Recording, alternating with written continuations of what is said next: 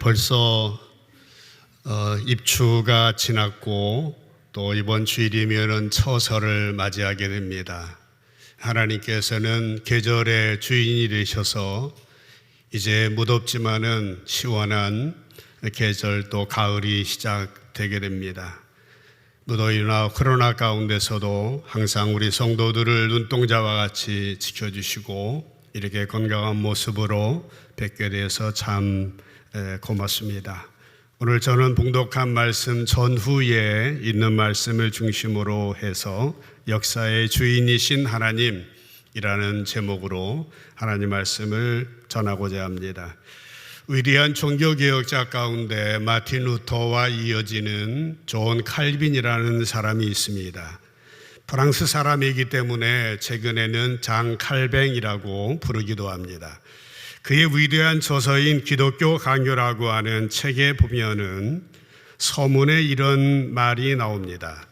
인간에게는 두 가지 지식이 필요하다라는 것입니다. 두 가지 지식이 인간에게 필요한 것인데, 하나는 하나님을 아는 지식, 하나님을 알아야 된다는 것입니다. 인간으로서 가장 중요한 지식은 하나님을 아는 지식이고, 또 하나가 있다고 한다면 인간이 자기 자신을 아는 지식, 이 두 가지의 지식이 인간에게 필요하다라고 하는 말을 하였습니다. 이 두 가지의 지식은 상호 간에 밀접하게 연관되어 있습니다. 그래서 인간이 하나님을 바로 이해하게 되면 자기 자신도 바로 이해할 수가 되는 것입니다. 그러나 인간이 하나님에 대해서 오해하게 되면은 자기 자신에 대하여서도 오해하게 된다고 하는 사실을 말하여 주고 있는 것입니다. 성경은 하나님을 제대로 알지 못하고 하나님에 대한 오해로 말미암아 자기 자신을 오해함으로 멸망되었던 나라들의 이름들이 거론이 되어지고 있습니다. 그 대표적인 나라가 오늘 본문에 나오고 있는 아수르라고 하는 나라입니다. 하나님은 천지 만물을 창조하실 뿐만 아니라 역사를 주관하시는 하나님이십니다. 이사야서는 물론 예루살렘과 유다를 향한 예언의 메시지입니다마는 고대 근공에 있는 주변의 여러 나라들을 향한 예언의 메시지 또한 등장하고 있습니다. 아수르라고 하는 나라는 어떤 나라입니까? 주전 1300년경부터 강대한 나라로 고대 근동 지방에 부상한 나라입니다. 그 나라는 계속해서 발전하면서 결국 주전 721년에는 사르곤 2세라고 하는 왕의 북왕국 이스라엘을 멸망시키게 됩니다. 그래서 이스라엘 사람들을 아수르에 강제 이주시키고 아수르 사람들을 사마리아에 이주시켜 혼혈을 만들어 버림으로써 이스라엘의 민족 정신을 완전히 파괴해 버렸습니다. 결국 남쪽에 있는 유다까지 종속국으로 만들어 버리게 되었던 것이죠. 이사야 선지자가 사역했던 그 시절 히스기야가 왕이 되었을 때에 남유다는 아수르 제국의 지배에 저항해 보기도 하였지만은 아수르의 사네립 왕은 두 번씩이나 유다를 침공하였습니다. 성경의 이름은 사네립이지만은 일반 역사에서는 센네케리브라고 호칭을 하고 있습니다. 이렇게 아수르의 두 번의 공격으로 말미암아 남유다는 예루살렘 성만 남기고 모든 성읍들은 빼앗겨 버리고 말았습니다. 이때 히스기야 왕과 유다 백성들은 마치 새장에 갇혀 버린 새와 같은 가련한 신세가 되었습니다. 성경을 보시게 되면은 아수르의 사네립 왕이 유다를 두 번째 침공했을 때에 히스기야 왕에게 조롱 섞인 편지를 써보낸 적이 있습니다. 역대하 32장 17절에 보면은 사네립 왕이 또 편지를 써서 보내었는데 뭐라고 보내었습니까? 이스라엘 하나님 여호와를 욕하고 비방하였습니다. 뭐라고요? 모든 나라의 신들이 그들의 백성을 내 손에 구원하여 내지 못한 것 같이 히스기야의 신들도 그의 백성을 내 손에서 구원하여 내지 못하리라. 히스기야의 신들이라는 말은 무슨 말이겠습니까? 남유다의 왕인데 그 신은 여호와 하나님을 말하는 것이겠죠. 그 다음 19절 말씀에 보면은 그들이 아수르 왕이 예루살렘에 하나님을 비방하기를 사람의 손으로 지은 세상의 신들을 비방하는 것처럼 비방했다라고 성경은 기록하고 있습니다. 이때에 히스기야 왕과 이사야는 하나님께 부르짖어 기도합니다. 20절 말씀에 보면은 이러므로 히스기야 왕이 아모스의 아들 선지자 이사야와 더불어 하늘을 향하여 부르짖어 기도했는데 그 다음 21절에 보면은 놀라운 역사가 일어났습니다. 여호와께서 한 천사를 보내어 가지고 아수르 왕의 진영에서 모든 용사 대장 지휘관들을 멸하신지라 아수르 왕이 어떻게 됩니까? 낯이 뜨거워서, 이건 얼굴이 부끄러움을 당하고 수치를 당하고 망신을 당하고 그의 고국으로 돌아갔더니 그의 신의 전에 들어갔을 때에 그의 몸에서 난 자들이 거기서 칼로 죽였더라. 그의 몸에서 난 친자식들이 아버지를 죽이게 되었다라는 것입니다. 이 부분에 대하여서 열왕기하 19장 35절에서는 이 밤에 여호와의 사자가 나와서 천사를 말합니다. 아수르 진영에서 군사 18만 5천 명을 친지라 아침에 일찍 일어나 보니 다 송장이 되었더라. 이것이 바로 아수르의 결말입니다. 히스기야 왕과 이사야는 함께 하늘을 우러러 기도하였을 때에 하나님께서 천사를 보내오셔서 아수르 군대 18만 5천 명이 모두 그날 밤에 죽임을 당한 것입니다. 우리의 인생을 돌아보아도 어렵고 힘들고 답답한 고통스러운 일들이 있습니다마는 이때 우리는 어떻게 합니까? 하나님께 우러러 기도할 때에 하나님께서는 놀랍게 하나님의 방법으로 역사하시는 것이죠. 이렇게 아수르 군대가 패망하게 되어지자 아수르 사네립 왕은 자기 나라로 간신히 도망가게 되었고 아들들로 인하여 죽임을 당하는 비극의 결말을 맞이하게 되면서 그 나라는 점점 쇠락해 가다가 바벨론에 의하여서 완전히 멸망당하게 된 사실이 역사적으로 드러나 있는 것입니다. 그러면 여러분, 왜 이렇게 세계의 최강대국인 아수르가 하루아침에 멸망을 당하는 비참한 나라가 되었겠습니까? 이것은 다름 아닌 아수르의 오해 때문이었습니다. 그들은 하나님을 알지 못하고 하나님에 대하여 오해하며 그로 말미암아 자기 자신에 대하여서도 알지 못하고 오해하였습니다. 그 결말은 멸망을 당하게 되어진 것입니다. 우리가 본문 바로 뒤에 이어지는 이사야 10장 8절 9절에 보면은 아수르 왕의 이야기가 나옵니다. 아수르 왕이 이르기를 내 고관들은 다 왕들이 아니냐? 무슨 말이에요? 내 고관들, 내 부하들, 내 장관들이 너희들 나라 왕들이나 똑같다. 교만한 거죠.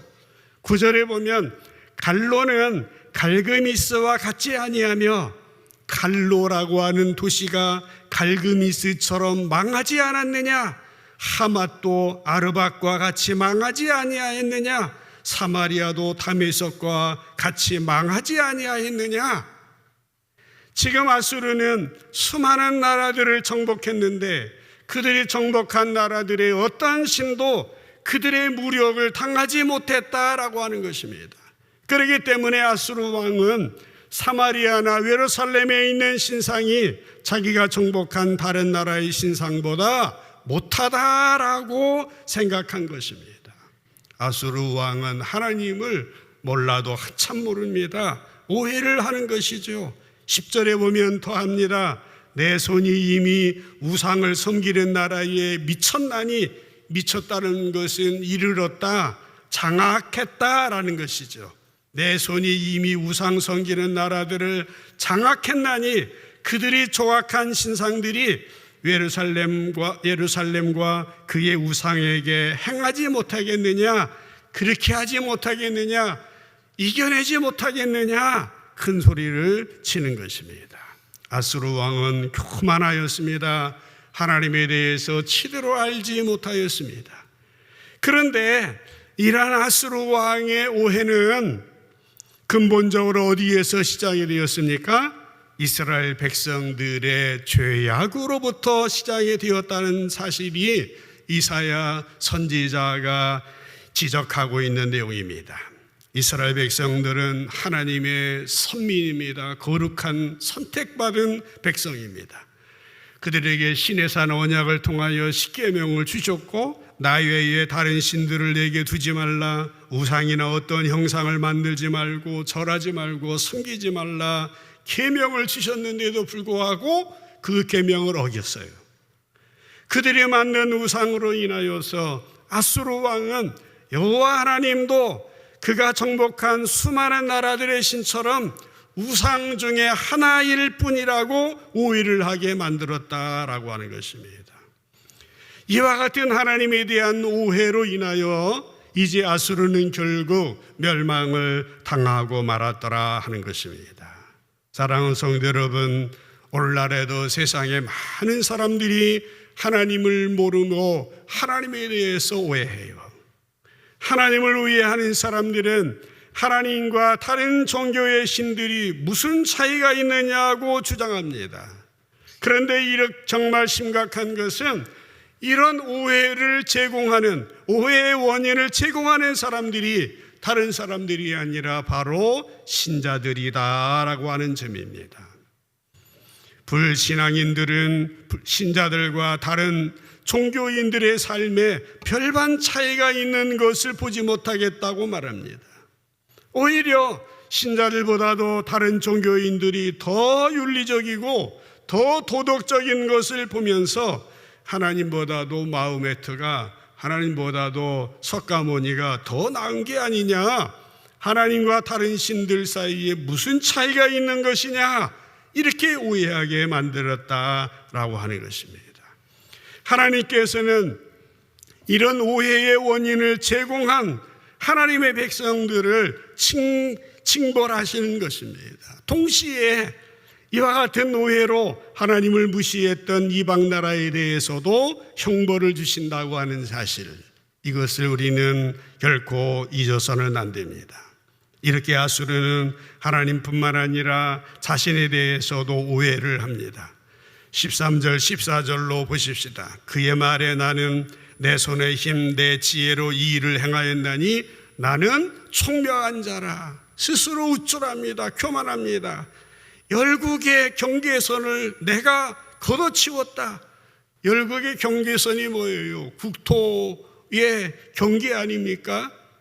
38선을 휴전선으로 만들어버리고 경계선을 자기가 옮겼다는 겁니다. 그들의 재물을 약탈했고 용감한 자처럼 위에 거주하는 자들을 낮추었고 진압했으며 14절에 내 손으로 열국의 재물을 얻은 것은 새의 보금자리를 얻음같이 쉽게 온 세계를 얻은 것은 내버린 알을 주운 것 같았으나 그들이 날개를 치거나 입을 벌리거나 치저기는 것이 하나도 없었도다.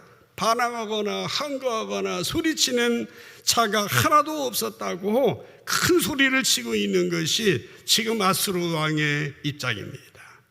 아수르는 자신들의 힘과 지혜로 이 엄청난 정복을 이루었고 앞으로 세계를 정복하는 일은 식은 죽 먹기처럼 쉬운 것이라고 호언장담을 하고 있는 겁니다.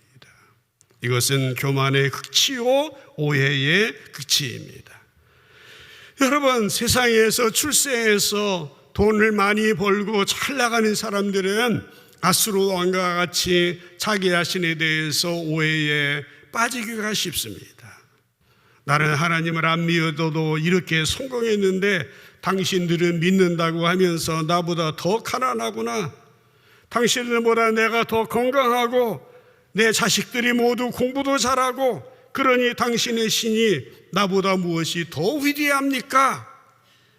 이런 생각이 이제 세상의 생각들이라고 하는 사실입니다. 이것은 자신에 대한 오해이며 이제 교만의 극치인 것이에요. 그러면 여러분, 이렇게 자신에 대해서 오해하며 교만한 아수르에 대하여서 하나님은 어떻게 생각하시고 어떻게 바라보셨겠습니까? 하나님의 관점입니다. 하나님은 그들을, 세상을 스스로 잘났다고 생각하는 그들을 향하여 뭐라고 하십니까? 15절에 보면은 교만한 아수르에 대한 하나님의 시각이 잘 드러나 있습니다. 도끼가, 하나님 말씀입니다.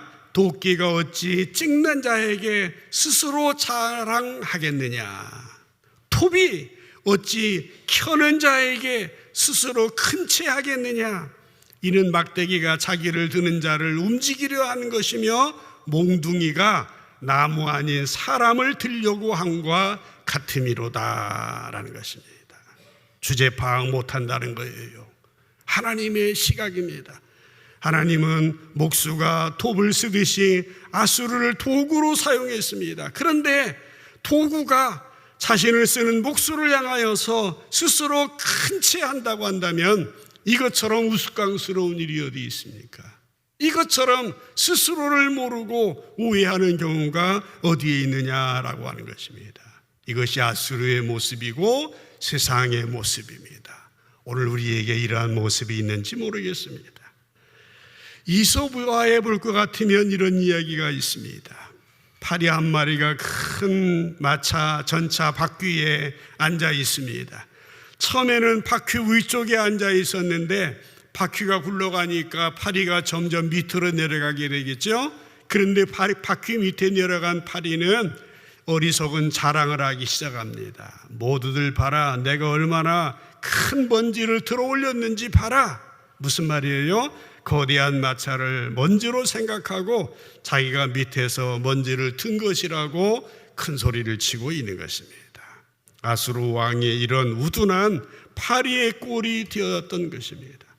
그렇습니다. 아수르 제국은 아무리 거대한 제국이라 할지라도 하나님께는 어떤 존재입니까? 작은 몽둥이에 불과하고 작은 외초리에 불과할 뿐이었습니다. 하나님의 도구였습니다. 근데 그걸 모르는 겁니다. 그것에 대하여서 안타깝게 여기시는 것입니다.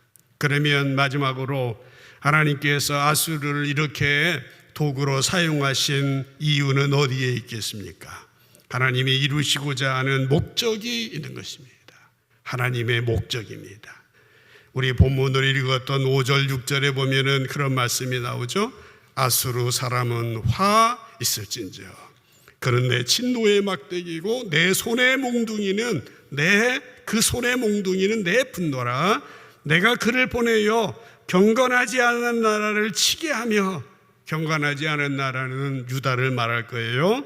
내가 그에게 명령하여 나를 노하게 한 백성, 이것도 유다를 말할 겁니다. 쳐서 탈취하며 노략하게 하며 또 그들을 길거리에 진흙같이 짓밟게 하려 하거니와.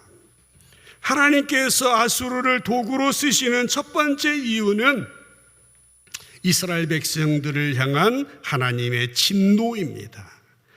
하나님께서는 이스라엘 백성들이 신의 산 언약을 어기고 우상 숭배에 빠지고 부도덕에 빠졌기 때문에 그들을 징벌하기 위하여서 아수르에게 능력과 권세를 주셔서 이스라엘을 치게 한 겁니다. 6절에 보시게 되면 다시 내가 그를 보내요라고 말씀했습니다. 하나님께서 그를 보내요라는 것이죠.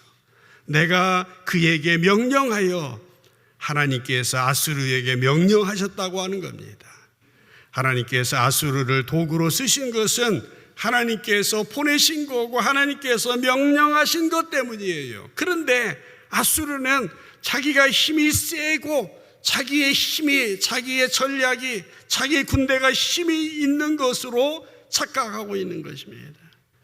하나님께서는 이렇게 택한 이스라엘 백성들을 이렇게 징벌하셨습니까? 또 하나의 이유가 있다고 한다면은 하나님의 진노뿐만 아니라 또 하나는 남은 자를 구원하시기 위함이었다라고 하는 것입니다. 하나님께서 이스라엘을 징벌하신 근본의 목적은 하나님의 진노하심도 있지만 또 하나가 남은 자들을 구원하시려고 하는 목적이 있었다라는 겁니다. 이것이 아수르를 도구로 쓰시는 두 번째의 목적이기도 합니다. 20절 22절에 보면은 그날에 이스라엘의 남은 자와 야곱 족속에 피난한 자들이 다시는 자기를 친자를 의지하지 아니하고 이스라엘의 거룩한 여호와를 진실하게 의지하게 될 것인데 남은 자 곧 야곱의 남은 자가 능하신 하나님께로 돌아올 것이라. 이스라엘이여 내 백성이 바다의 모래가 될지라도 남은 자만 돌아오리니 넘치는 공의로 파멸이 작정되었습니다 라고 말씀했습니다.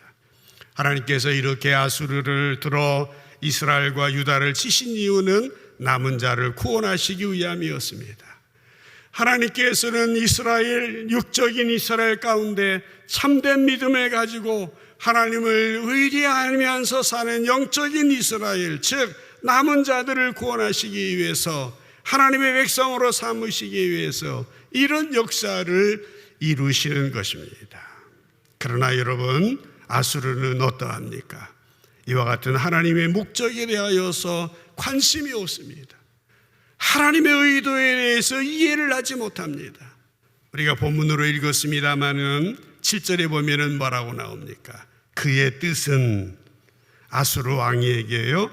하나님의 뜻은 이렇게 남은 자를 구원하심인데 이 하나님의 도구로 사용되어지고 있는 아수르는 어떻습니까?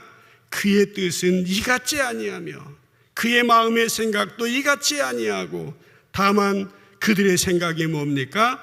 그 마음은 허다한 나라를 파괴하며 멸절하려 하는 도다라는 것입니다.